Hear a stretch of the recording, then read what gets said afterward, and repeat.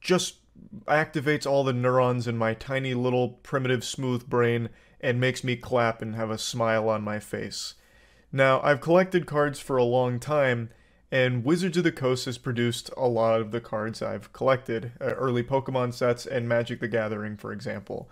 And what they've recently done to another collector is unforgivably cruel. They unleashed the fucking Pinkertons to go to this man's house and scare him and his wife and confiscate some Magic the Gathering booster boxes that he had recently purchased. That sounds like the plot to a Breaking Bad episode when someone didn't fully compensate Tuco for the drugs they bought. Now, the reason there was an issue with his purchase is because the YouTuber made a video showcasing the boxes that he got, and it turns out the boxes he received were not the ones that he actually ordered. He had ordered a booster box set called March of the Machine, but what he received was March of the Machine, The Aftermath, which was an unreleased set, and he unveiled the cards a month early. It was a leak, and it was a problem with the distribution because the names are so similar. He believes what happened is the person he tried to purchase March of the Machine boxes from Oh, they should kill him. Yeah, that's how this works now. America, baby. You know? Fuck it, YOLO. Permajail. Oh, did we make a mistake? Turns out it's your problem now.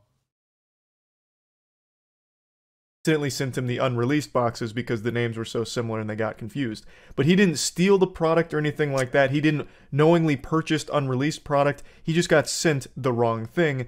But Wizards of the Coast, they took this as an affront to God.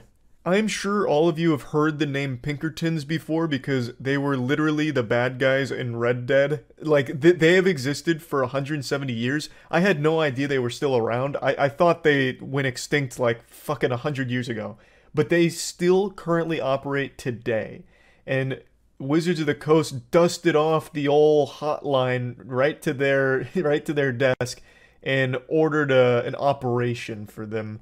I'm not here to do a deep dive on the history of the Pinkertons. They engaged in a lot of terrifying shit a long time ago, and I don't know to what capacity they still operate and do business today, but just their reputation enough is horrifying, and the fact that Wizards of the Coast used them as their first means of communication with this YouTuber is frightening. As far as I know, Wizards of the Coast didn't make any attempts to directly communicate with the YouTuber to resolve the situation without making a big hoopla out of it. It seems they just immediately, like, slapped the Pinkertons on the ass and told them, get out there, sport. Time to engage Operation Pinkerton Pain Train. I do find it pretty funny that, like, Normie Jesus is, like, very aware of the Pinkertons being bad. For those of you who don't know, the Pinkertons are, you know, early formations of police, I guess, or private security. Maybe you know it from Red Dead, but they are the bad guys. They engaged in corporate espionage. They destroyed unions. They are, you know, they're just like private militia for corporations.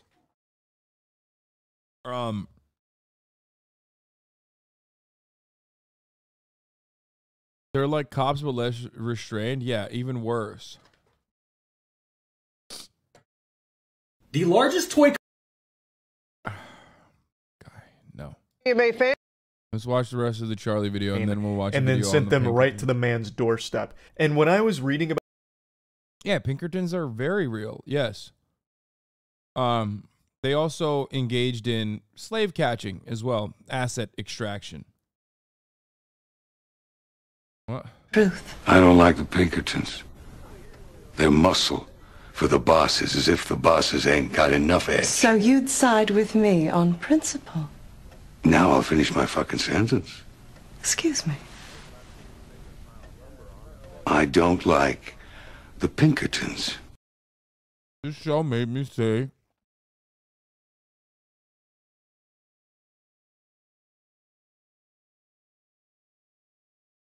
It made me say so many bad words.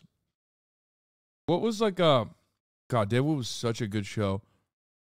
What was the did they use cocksucking all the time? Yeah, I was like, I think still to this day I say cocksucking all the time because of the show.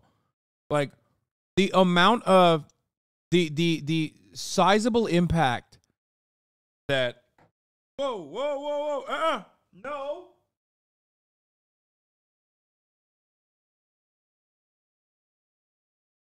Enough exploration. Enough. Done enough. She's literally eating the fucking Logitech USB cord that is the camera to the fucking puppy watch camera.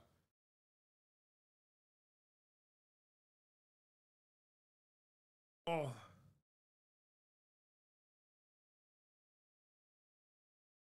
Hey. No. No. Click. No. Nope. No. Good girl. Good girl.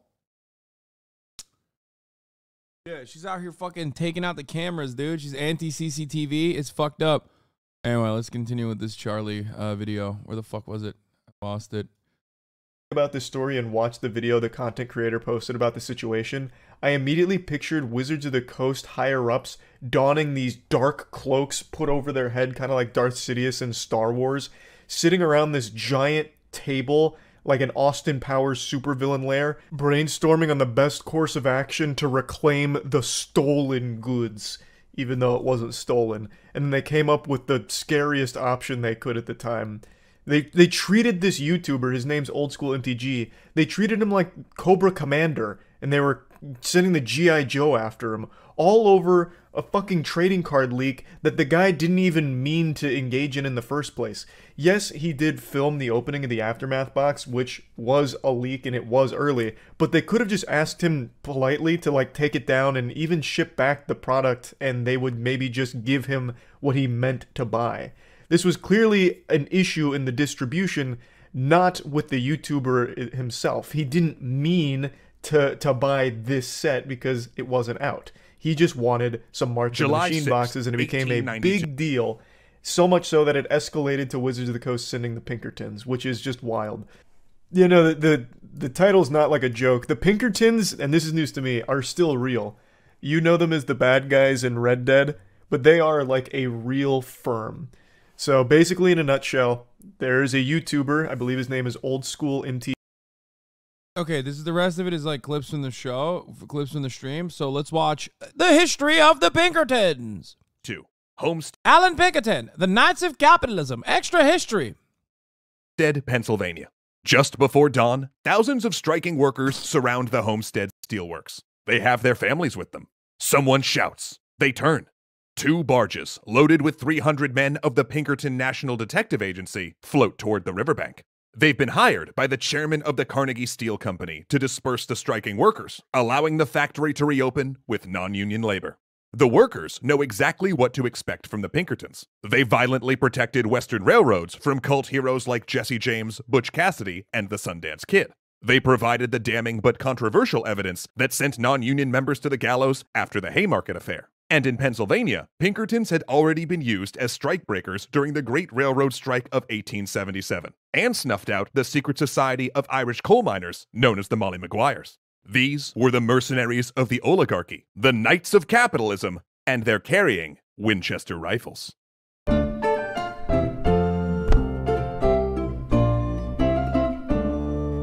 It's kind of funny to think that, like, I mean, they were literally cops before cops existed. Because remember, policing is so firmly built into our minds as this, like, profoundly important institution. But, like, the original organizational structure of the police wasn't a real thing. Like, there wasn't, like, actual... They had, like, a sheriff and then, you know, the posse comitatus or whatever the fuck it's called. You know, they would have, like, slave catchers. They would have, like, a sheriff with, like, a bunch of other people who he had deputized. It was basically just, like, they didn't actually have, like, a national or federal or national or state level, like, formation for the most part. They had, like, marshals and stuff. But, you know, they mostly had, like, bounty hunters, right? You just winged it. Isn't it, what is it called? Isn't it when you have a posse, there's, like, a term for it? Did I say it wrong? I don't know. But, yeah, they were the fucking, you know, the first formation of the police pretty much.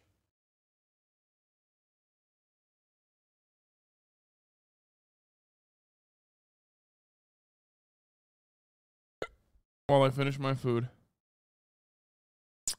Real quick up top, please welcome our fantastic guest writer for today's episode, Dr. Bob Whitaker, a professor who studies the history of law enforcement. He's also the creator of the awesome video and podcast series History Respond, which invites historians to comment on historical games. So you should definitely check that out if you want to hear what actual historians think of everything from Assassin's Creed to the return of Obra Dinn. Thanks, Bob. In America's Gilded Age, there was no greater friend to the robber baron and no worse enemy to the working man than the Pinkerton National Detective Agency. Yet the reputation of the Pinkertons stands in stark contrast to the history and politics of the agency's founder, Alan Pinkerton. The story of how a progressive working-class activist from Scotland founded an organization synonymous with ruthless capitalism represents one of the greatest paradoxes of American history. Born in Glasgow in 1819, Alan Pinkerton was part of a large family living in desperate poverty and spent most of his teenage years as a homeless, illiterate cooper. Like many underemployed British men, Pinkerton was soon caught. Come on, dog. This is like typical Scottish. Brilliant, innovative, absolute fucking dogs of the British, dogs of the English. That sounds exactly like, don't get mad at me, but, you know, let's be real.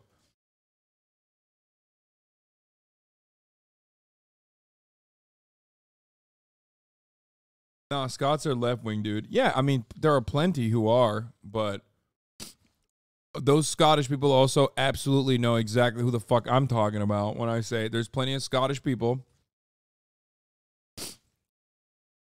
There's plenty of Scottish people who do like being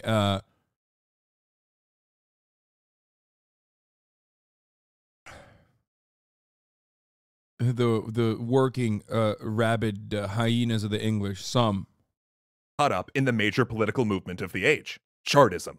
Named after the People's Charter of 1838, Chartism was a working-class movement that pushed for universal male suffrage in Britain. And the bro, I put her down and she fucking passed out instantaneously. Like, she is so incredibly passed out. Primary goal of Chartism, beyond suffrage, was to alleviate working-class suffering related to unemployment and low wages. No goal made more sense to an impoverished cooper living in the rough. So Pinkerton joined the Glasgow Universal Suffrage Association, and soon he became one of the group's most vocal advocates of violence to achieve working-class goals. And he backed up his words with action in 1839, when he traveled hundreds of miles to participate in a march on Newport. There, 10,000 Chartists descended on the Westgate Hotel, which was being used as a temporary jail for local Chartist leaders. Armed with homemade weapons, the Chartists engaged in a skirmish with British troops, leaving dozens dead and wounded. British authorities captured the leaders and transported them to penal colonies, while the remainder, including Pinkerton, escaped with arrest warrants dogging their steps. While on the run, Pinkerton reevaluated his situation. With Chartism reeling, there seemed no hope for him in Britain. And so, in 1842, with his new bride Joan, Pinkerton boarded a passenger ship to start a new life in North America. And with help from Chartist friends, Pinkerton was soon able to set up a barrel-making business in Illinois. Having escaped poverty and arrest warrants back home in Scotland, the Pinkertons settled down to family life. Yet on his way to historical obscurity, something funny happened to Alan Pinkerton. In 1847, Pinkerton was searching an island in the Fox River for wood for his barrels when he had— As good as this channel is, I cannot overlook the fact that he said Illinois. No, that's as much as I like to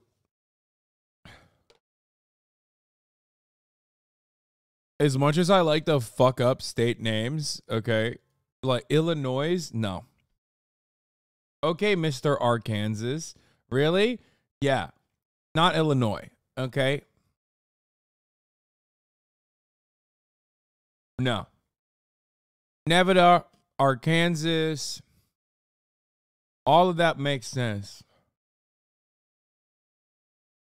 You can't do Illinois. Or that you refer to Scots as Scottish people.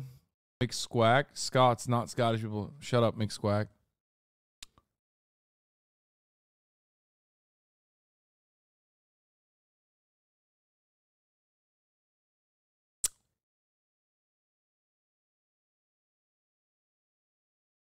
What is this? Kaya's own trading card? Kai's Onslaught. Target creature gets +1/+1 and gains double strike until end of your turn. Foretell. During your turn, you may pay 2 and exile this card from your hand face down.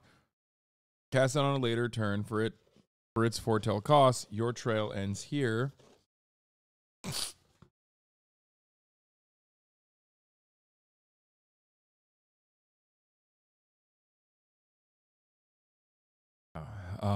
Not redeemable at the top of the hour where there's a 3-minute ad break. The only card you can use then is a $5 a month subscription card, which you can use at the top of the hour to defeat the impacts of the 3-minute ad break. That card is the one that you should be using right now because the top of the hour is upon us. You no longer want to, there's another card actually. If you no longer want to see those ads, you can also get gifted a sub. If you're lucky, that's the luck card.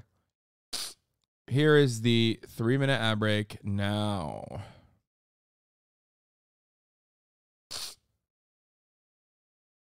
When there is ad break, there can be no freedom. But when there is freedom, there will be no ad break. Vladimir Kaya Lenin.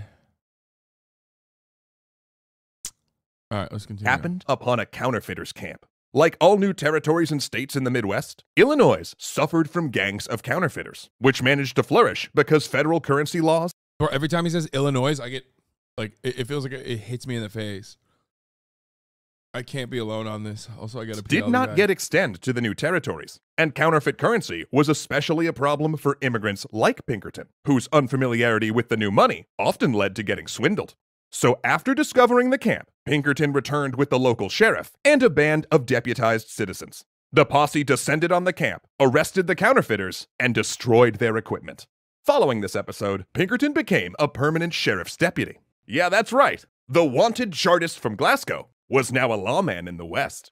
Counterfeiting pointed to a common issue faced by American law enforcement at this time. Namely, how to ward off criminal activity in a country that was growing, both in geography and population, beyond the means of the state. Because what recourse did a county sheriff have when criminals could just escape justice by simply leaving that sheriff's jurisdiction? And this issue was most evident on the railroads, which cut through multiple municipal and state jurisdictions, and through areas with no legal structure at all. So seizing on an opportunity, Pinkerton began to develop a private police force that could protect westbound cargo. And thus, Pinkerton's National Detective Agency was born. Now, there was a bit of bravado involved in calling a Chicago-based company national, but the word was critically important to Alan Pinkerton's clients. They needed a police force that wasn't beholden to local or state boundaries, and perhaps more importantly, wasn't subject to the corruption that afflicted police departments and sheriff's offices throughout the country. They also needed a force that could provide security without relying on badges or uniforms. In other words, plainclothes detectives that could blend in with suspected criminal groups to gain intelligence. By 1860, Pinkerton's detective agency had lucrative retainers with 6 Midwestern railway companies based in Chicago. Most of their work with the railroad companies focused on testing railway employees. So interesting that they were the first formation of like federal law enforcement, And what did they do? Why were they designed? What were they doing successfully? Oh, that's right. Corporate espionage. Interesting. I mean, certainly, obviously, our federal law enforcement agencies now don't do that, right? I mean, they don't work as an entity, like as another arm of the government that is defending capital. Certainly not. No, that would be really weird. In this testing, a Pinkerton agent would pose as a criminal and offer conductors and station agents bribes in exchange for free rides or access to cargo. With the success of the Pinkerton agency, Alan began enjoying a level of social prestige and financial security he had only dreamed of back in Scotland. And with this newfound this motherfucker literally did that. Once I see a bit of this money, this socialism shit is over. money, Alan began to pursue another transportation project, the Underground Railroad. The Pinkerton family were ardent abolitionists, and their Chicago home became a way station for escaped slaves venturing north to Canada. In fact, Alan even hosted and raised money for the wanted abolitionist John Brown in the run-up to Brown's famous raid on Harper's Ferry. And when the Civil War came in 1861, Pinkerton... Wait, this makes no fucking sense. I thought they did do. Guess you got to take all the bad things you said about them back. No, I thought they did do acid extraction. Well, I guess this entire video is like literally about how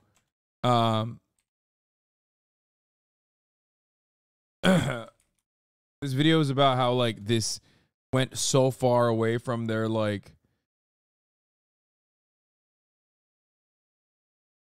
they went so far away from their original intention, but yeah, dude, there's literally, okay, I'm sure it's going to get to it. Hold on. And helped to foil an assassination attempt on his Illinois acquaintance, President-elect Abraham Lincoln, in Baltimore, and also worked closely with General George McClellan, an old railway buddy, to scout Confederate troop movements. Bolstered by this association with wartime leaders, Pinkerton was able to expand his business in the post-war period. Yet for all of Alan Pinkerton's fame as a defender of Chicago area immigrants, as a station master on the Underground Railroad, as the protector of Abraham Lincoln, and as the bane to vicious criminals like Jesse James, his agency was also inextricably linked to the defense of property and capital. As a private police force, the Pinkertons were not beholden to the will of the people, but instead the will of the highest bidder. And although much of their anti-union work happened after Alan Pinkerton's death, the anti-labor perspective of the agency was present at the very beginning of the organization, with the aforementioned testing of employees at train stations. But it just follows from having some guys in plain clothes doing stuff across jurisdictions. That's just the private secret police. No, that's precisely what it is.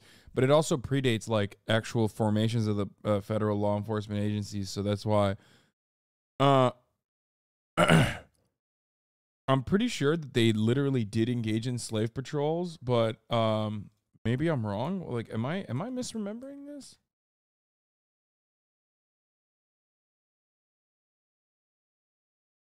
Yeah, long before the Federal Bureau of Agency, maybe long before there was a FBI, there was a Pinkerton National Detective Agency. The agency was established in the United States by a Scotsman, Alan Pinkerton. He was, at the time, the largest private law enforcement organization in the world. Historian Frank Moore writes, by the mid-1850s, a few businesses saw the need for greater control over their employees. Their solution was to sponsor a private detective system.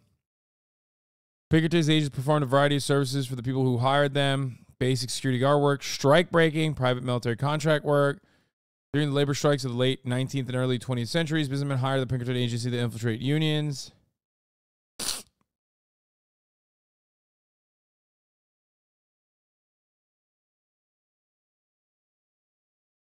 Yeah, the homestead. Okay, I was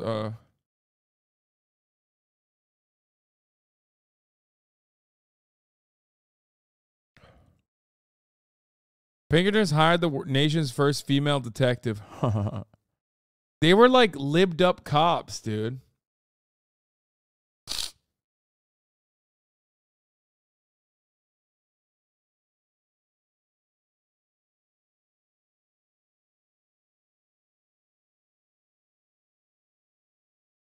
They spied for the Union Army during the Civil War. He was a Union man and a staunch abolitionist. During the Civil War, he organized secret intelligence for General George B. McClellan.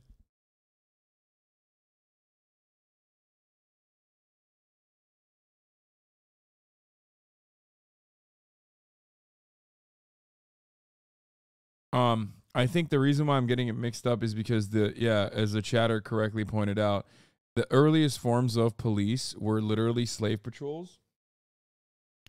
And the earliest form of the FBI is Pinkertons, so I'm mistaking the two. Now, obviously, the two, work hand in hand, but I think that's the reason why I was misremembering.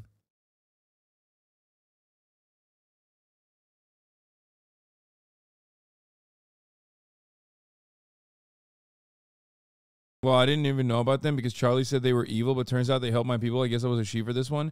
No, dude, what the fuck are you talking about? No, they are evil. What the fuck? Just because they were like, just because the main guy was a labor not a labor, sorry. Just because the fucking dude was like pro ending slavery doesn't mean that he wasn't a fucking shithead otherwise. The fuck are you talking about? They literally are the beginning of the FBI, okay? Do you know what the FBI has done to your people in contemporary history? The continuation of all the things that others did to your people? That's it. That's the whole point.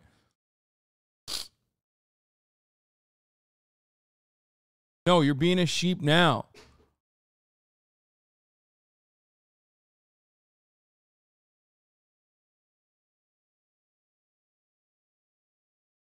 Anyway, he'd be like, yeah, let's free the formerly enslaved African people here so that we can fucking kill them when they try to unionize for a corporation that they now work for.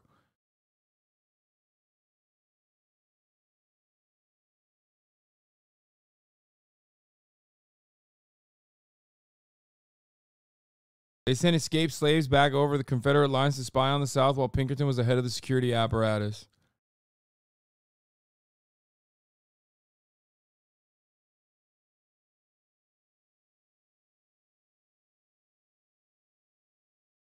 That doesn't seem like a very nice thing to do.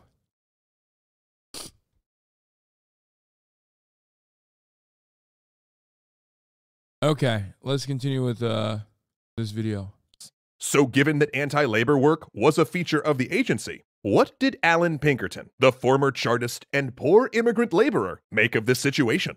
Writing in 1878, Pinkerton argued that America's working class were negatively influenced by foreign political ideologies, namely anarchism and socialism. And through the strikes of these workers, Pinkerton contended the true working spirit of the honest laborer was being destroyed. For Pinkerton, the American worker didn't go about his betterment the right way, as though Allen himself wasn't motivated by similar ideologies when he stormed Westgate Hotel in 1839.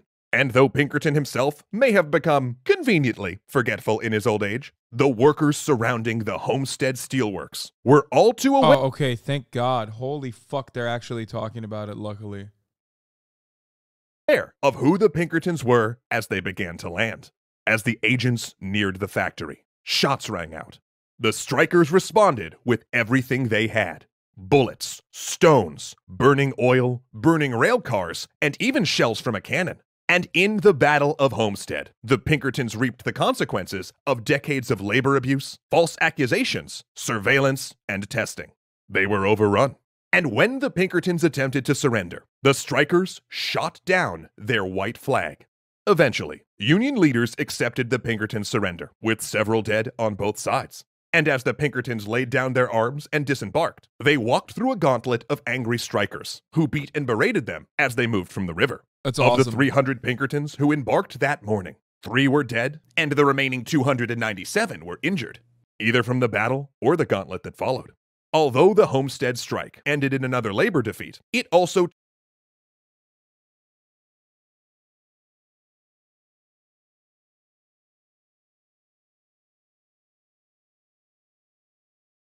70K a year is great, though. No, it's not. Not for Los Angeles, California. It's not.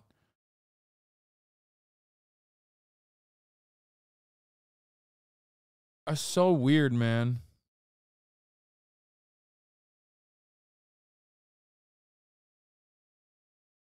Especially because, like I said, it's so dumb to come in here and be like, dude, I make more money than your brother because your brother's a fucking dumbass. It's like, okay, well, I make more money than you and your dad combined. Does that make me smarter than you? No, so shut the fuck up.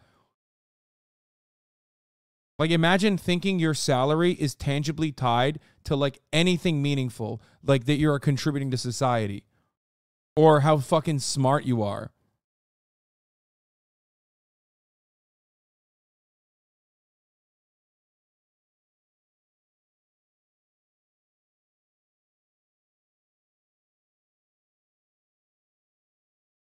site over the activities of the Pinkertons and similar organizations. The agency was never the same. The story of Alan Pinkerton and his agency is a story that touches on so many important topics in 19th century America. Capitalism, immigration, industrialization, labor unrest, slavery, and ideology. And it's a tale that has echoes today in its warnings about the dangers of private policing. But it's also a story about a complicated man who went on an incredible journey. One that a poor boy living in Glasgow might find too incredible to be true.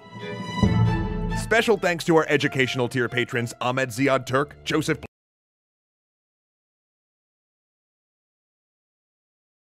70K in LA is like barely living category rather than the just surviving category, chatters? Yes.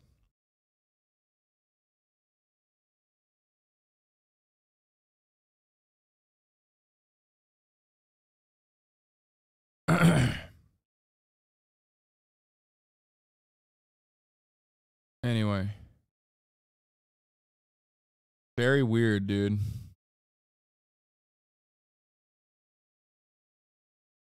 I mean, when 14-year-olds can make more than entire bloodlines just from TikTok lip syncs, it's kind of clear your career salary doesn't mean much in regards to character and intelligence. Thank you.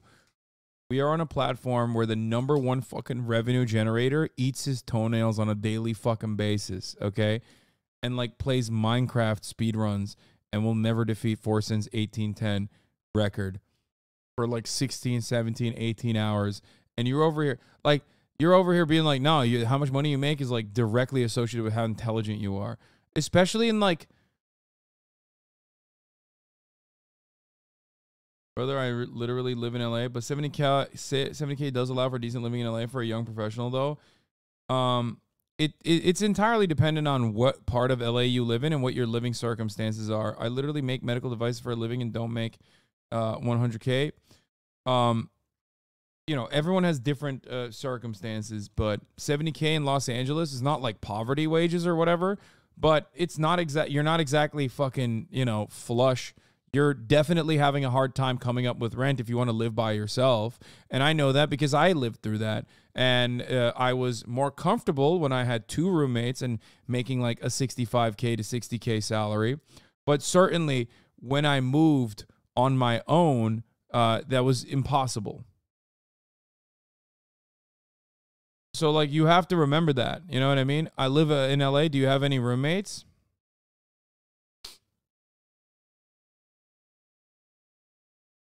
Because if you're living comfortably with 70K in Los Angeles, you probably, A, have roommates, and B, have a job that doesn't require you to have, like, a dramatic commute. You know what I mean? I mean, it's almost always edge cases regardless.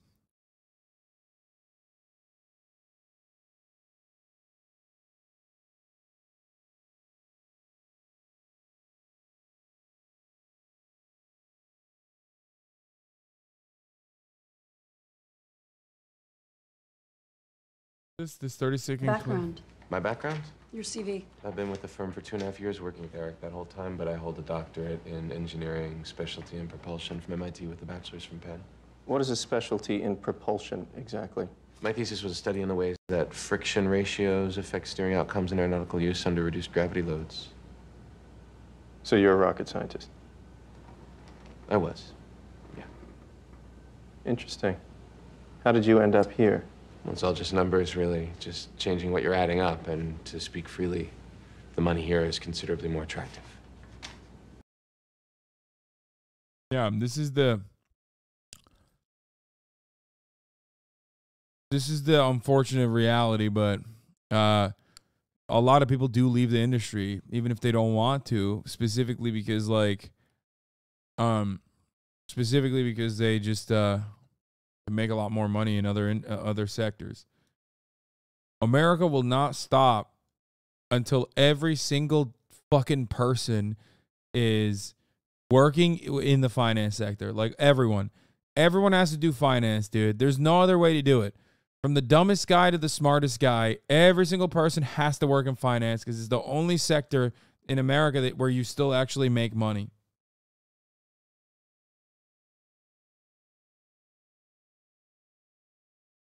That or I guess selling t-shirts, you know, doing what I do. The Pinkerton National Detective Agency established itself as a premier surveillance and intelligence body during the second half of the 19th century. Founded in 1850 by Scotsman Alan Pinkerton, the Pinkerton Detective Agency was once the largest private law enforcement organization in the world. Today, we're going to take a look at how the Pinkerton Agency laid the foundation for the modern FBI and CIA. But before we get started, be sure to subscribe to the Weird History channel and let us know in the comments below what other secret agencies you would like to hear about. Okay, so let's talk about the friend to honesty and a foe to crime. Alan Pinkerton, born in Glasgow, Scotland in 1819, was a political and social activist who was enough of an agitator to earn himself an arrest warrant in 1842. Not looking to spend time in the slammer, he and his wife, Joan, fled to America. They made their way to the Chicago area, where Pinkerton found work as a cooper, building and repairing barrels and casks. The Pinkertons eventually settled in Dundee, Illinois, where Alan set up his own cooperage. One day, while he was out chopping wood, he happened upon a group of counterfeiters. He captured and turned them in, which gave him some adulation in his community. Soon, people were asking him to investigate local crimes. In his memoir, Pinkerton recalled he was suddenly called upon from every quarter to undertake matters requiring the detective's skill. He was good at it and soon attained the role of Kane County's deputy sheriff in 1846. A few years later, in 1849, he became the first police detective in Chicago. In 1850, Alan Pinkerton, who was then a police officer in Chicago, Illinois, founded the Northwestern Police Agency with lawyer Edward Rucker. This group eventually became the Pinkerton National Detective Agency. The agency built its name mainly by working with railroad companies, providing services ranging from investigation and private security to the pursuit and capture of criminals. The Pinkertons, a moniker they adopted, quickly became the respectable choice. The reason why we're watching a bunch of fucking Pinkerton videos is because they're kind of shitty. Not even kind of shitty. They're historically shitty. They're historical villains in American society as, you know, a group of, like, private military contractors at a time when, like, policing was just being formed as an institution. And they basically created, I mean, here, this goes, this perfectly explains it. They laid the foundation for the FBI and the CIA and did the same things that the FBI and CIA still does to this day, which is, like, you know, protecting the interests of capital. And these guys still engage in anti-union activity, corporate espionage, and the like. And most famously, recently, the you know, the MTG company, Magic the Gathering card company, was it Wizards of Waverly Coast or whatever? They literally fucking sent the Pinkertons to a YouTuber's house because they accidentally sent the YouTuber the, you know, unreleased, what is it, Wizards of the Coast? I've literally worked with them. I don't even fucking remember what their name is. Anyway, like Hasbro basically sent a toy company, basically fucking sent a YouTube channel, a YouTube content creator, the you know, corporate paramilitary soldiers to threaten this fucking random YouTuber because they fucking you know, put out a YouTube video with the unreleased box that they had sent him on accident. For security in the Chicago area. By 1866, they would be so successful they were able to open branches in New York City and Philadelphia. After Abraham Lincoln became president in 1860, the agency impressed him too, when Pinkerton agents, including Kate Warren, the agency's first female private detective. Why is there so much pro-Pinkerton propaganda on YouTube?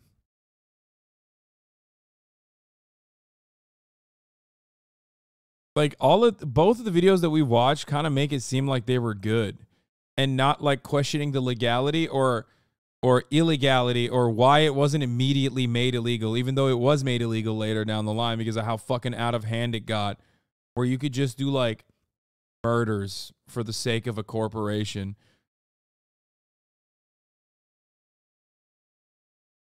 Discovered a plan to kill Lincoln in 1861.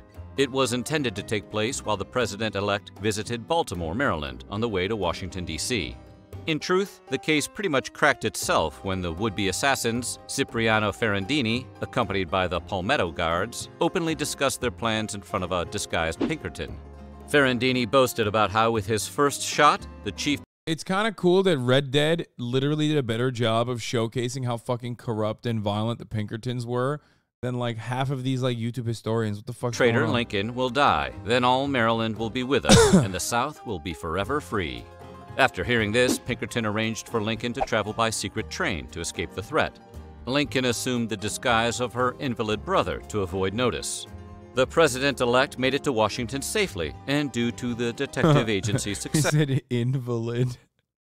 Bro, this guy This guy is literally fucking... He's not only a history YouTuber, but he also is like literally a part of ancient history, dude. He used the R word from like Deadwood times. You know what I mean? Lincoln hired the Pinkertons as a secret service of sorts during the Civil War.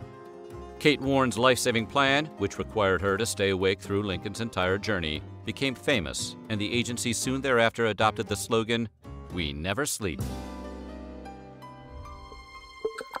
Once President Abraham Lincoln hired Alan Pinkerton, he earned the wider political support of the famous detective. The Pinkerton agency not only provided bodyguards to the president, but they also gathered military information on the Confederacy. To accomplish this, some Pinkertons disguised and planted themselves with the Confederate military. Even Alan Pinkerton himself took to traveling under the alias Major E.G. Allen as a means of gathering intelligence. As a fellow abolitionist, Pinkerton became close with the president, serving as both a protector and confidant. When the Pinkerton agency hired Kate Warren in 1856, it was because she was a woman, not in spite of it. The Pinkertons were well known for tracking down thieves and infiltrating criminal groups, but Warren had a way for the detectives to increase their efficacy. Warren walked into the Pinkerton office in Chicago and told Alan Pinkerton about her particular skills to acquire information in a way men couldn't replicate. Pinkerton, who figured Warren wanted to apply for a receptionist position, was resistant at first, but also pragmatic enough to give her a try. Warren's skills weren't limited to stereotypical feminine wiles. During her first big case, she befriended a train robber's wife and obtained information about the location of his money stash. Pinkerton was so impressed by her results, he took to hiring women one step further and built a full female bureau of agents to work for the agency. Purportedly, there are no pictures of Warren because she was that good at her job. Sounds like we should do a story on that lady. Thanks to the work of Kate Warren, the Pinkerton agency's logo became a large eye with the motto, "We never sleep." It's wild that, like, what the fuck is wild that they're just like, yeah, the Pinkertons were famous for union busting, and they did it with the girl bosses that they hired, and they did it in a very woke way. Like, any story that mentions the Pinkertons without talking about literally not only just like routinely fucking engaging in violent measures to like break strikes, work stoppages or the like, you know, union busting, but like also corporate espionage is doing a disservice to the history of the Pinkertons because that's what they were hired for. They're making it seem like these guys were like, oh man, at a time when there was no cops to solve crimes, the Pinkertons would go and, you know, find the train robbers. And it's like, no, man, they literally were like doing corporate espionage. They were also attacking other corporations at the behest of one corporation that fucking hired them. They were like mercs, you know? Then in 1938, a story by mystery writer Raymond Chandler, creator of the famous fictional detective Philip Marlowe, coined the term private eye. While the eye ostensibly stood for investigator, some have suggested that the Pinkerton logo may have been the origin or at least the inspiration for the expression. Eventually, other fiction writers picked up on the term and turned the adventures of various private eyes into a thriving literary genre. The abbreviation PI still exists today, although the romanticized image it evoked waned over time. Alan Pinkerton used creative and innovative techniques to investigate crime and gather information during the Civil War, including sending African Americans behind enemy lines of the Confederacy. For example, take John Scobell, a former slave the Pinkerton agency recruited in the early 1860s. Scobell posed as a cook, laborer, and vendor, but also often assumed the pretense of a servant of other Pinkerton agents. The information Scobell supplied to the Union included details about troops and local conditions. As a black dispatch, Scobell played a vital role in the war. Sounds like we should do a story on that guy. After the Civil War, the Pinkertons continued to work for the government, but increasingly became the police force of the American West. Railroad companies in need of protection from outlaws like Jesse and Frank James hired the Pinkerton agency. The James brothers and their gang robbed trains throughout the West during the late 1860s. This is crazy. And early 1870s. The Pinkertons used operatives and detectives to try and stop them, but to little avail. The outlaws were ruthless. The bandits even killed a top Pinkerton agent, John W. Witcher. His body was discovered with wounds from famished wild hogs. In response, the Pinkertons attempted to be equally ruthless in their efforts, reportedly firebombing the home of the James brothers' mother in 1875. The agency's actions did well deserved, yeah. No, totally. That's just a footnote, dude. didn't catch the bad guys, but they did manage to maim their mother and kill her younger son.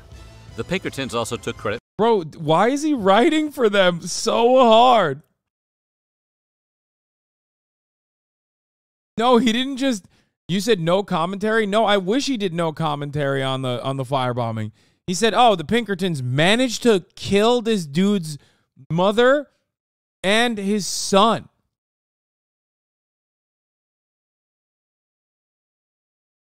For breaking up Butch Cassidy's Wild Bunch, helping drive Butch and the Sundance Kid out of the U.S. That duo fled to Bolivia, where local authorities allegedly took them out.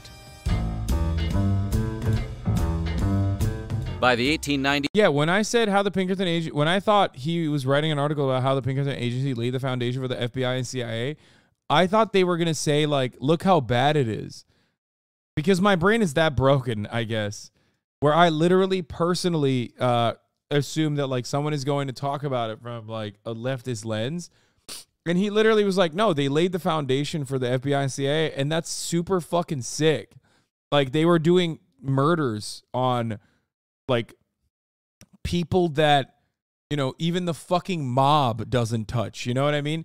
Like, the Pinkertons, which laid the foundation for the FBI and CIA, was literally worse than the fucking mafia. Okay? Like, individuals that the mafia doesn't touch. Family members of shit the Pinkertons thought were fair play.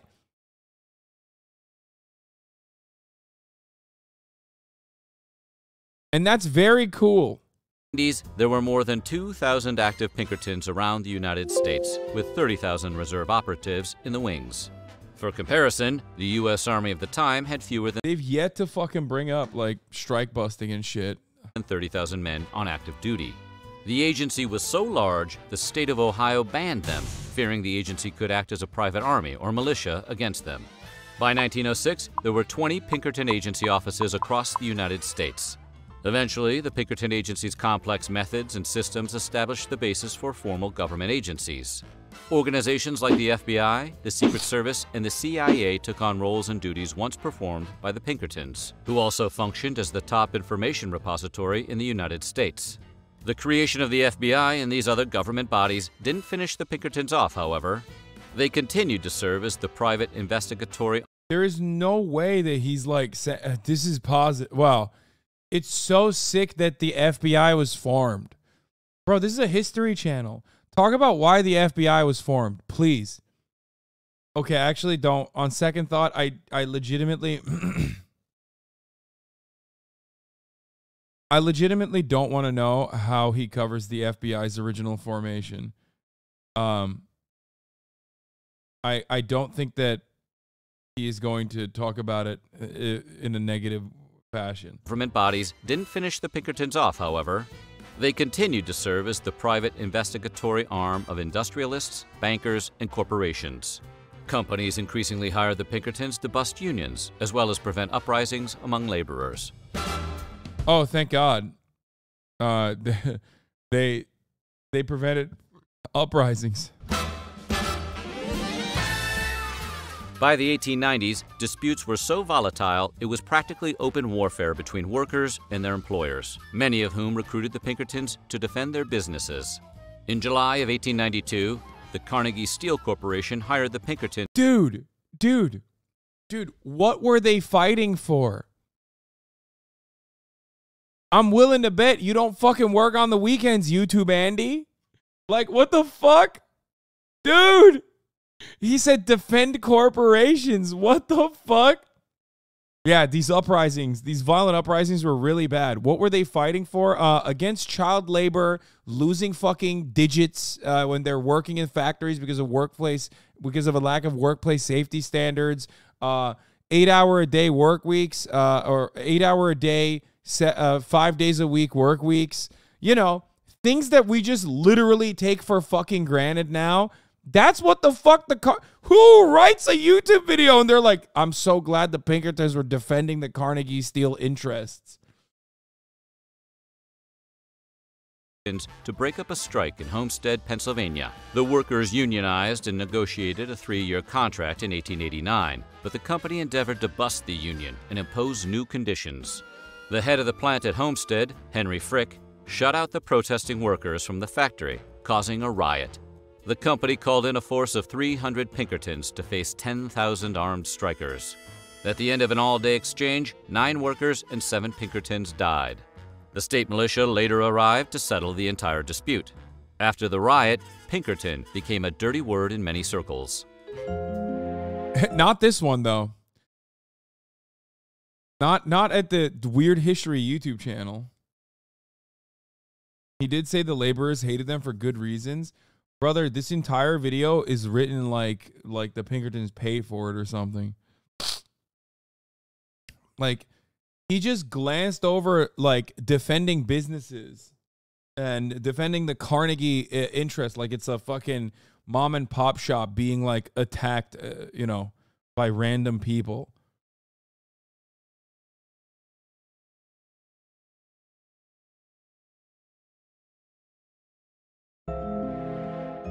Until his death in 1884, Alan Pinkerton remained active in his eponymous agency. He is not a political commentator. Why are you expecting him to do that? I don't think people understand an accurate assessment of historical, of historical events that took place can very easily be misguided or lead the audience to be misguided when you literally cover it with this weird neutrality that makes it seem like the boundaries of which these people were fighting on are on equal footing. Okay, if you look at robber barons and don't mention that they are robber barons, you're basically making it seem like this is a mom and pop shop and this was just like not a understandable labor dispute that actually led to a lot of amenities that you take for fucking granted, but instead like a situation where these lazy fucking laborers were just like demanding way too much from their jobs providers. Okay?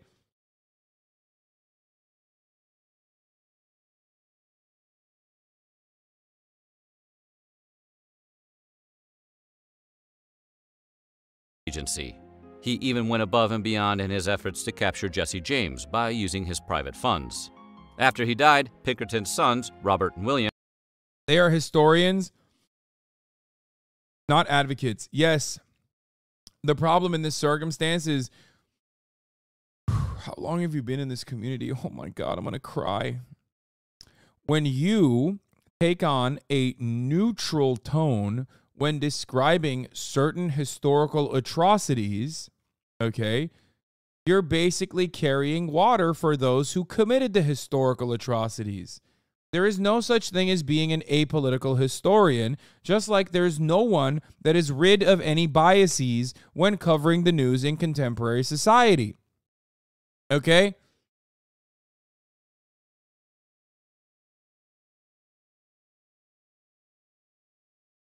Go ahead. Describe slavery and the Holocaust in neutral terms. See how that works out for you.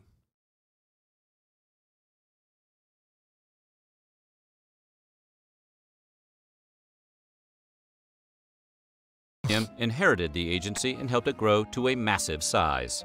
Robert ran the New York office, where he focused on... The reason why I'm, like, additionally surprised, because, like, at least, like, the Pinkertons are notoriously, like, bad guys in American popular culture, which is why it's shocking that independent YouTubers would cover them in such a positive light.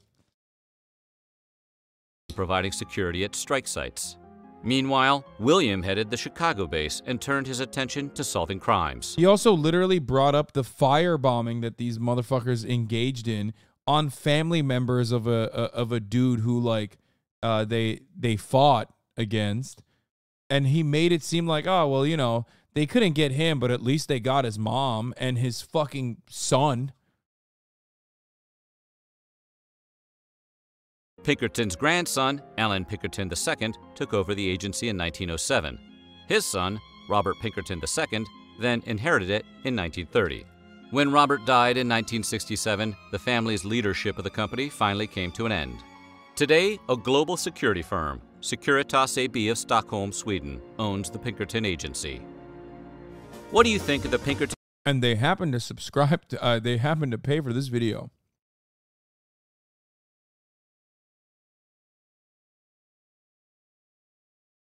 Yeah, even other people.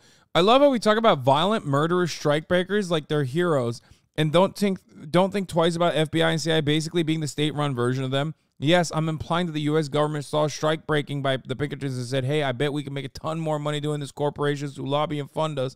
And that's exactly what they do to this day.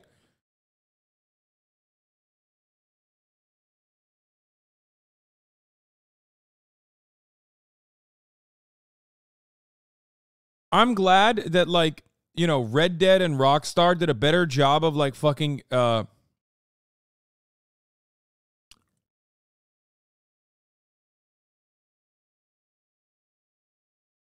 great video, the TV series Deadwood made it look like a lot of Pinkertons with nothing but hired thugs, not highly trained and skilled specialists. I wonder if that is accurate. They were both thugs and specialists. The moral bankruptcy and the ruthless effectiveness are far from mutually exclusive.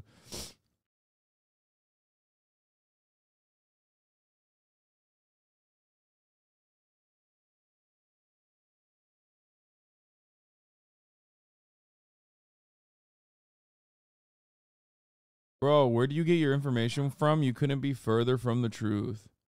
Bro, what? But they literally didn't? They didn't what?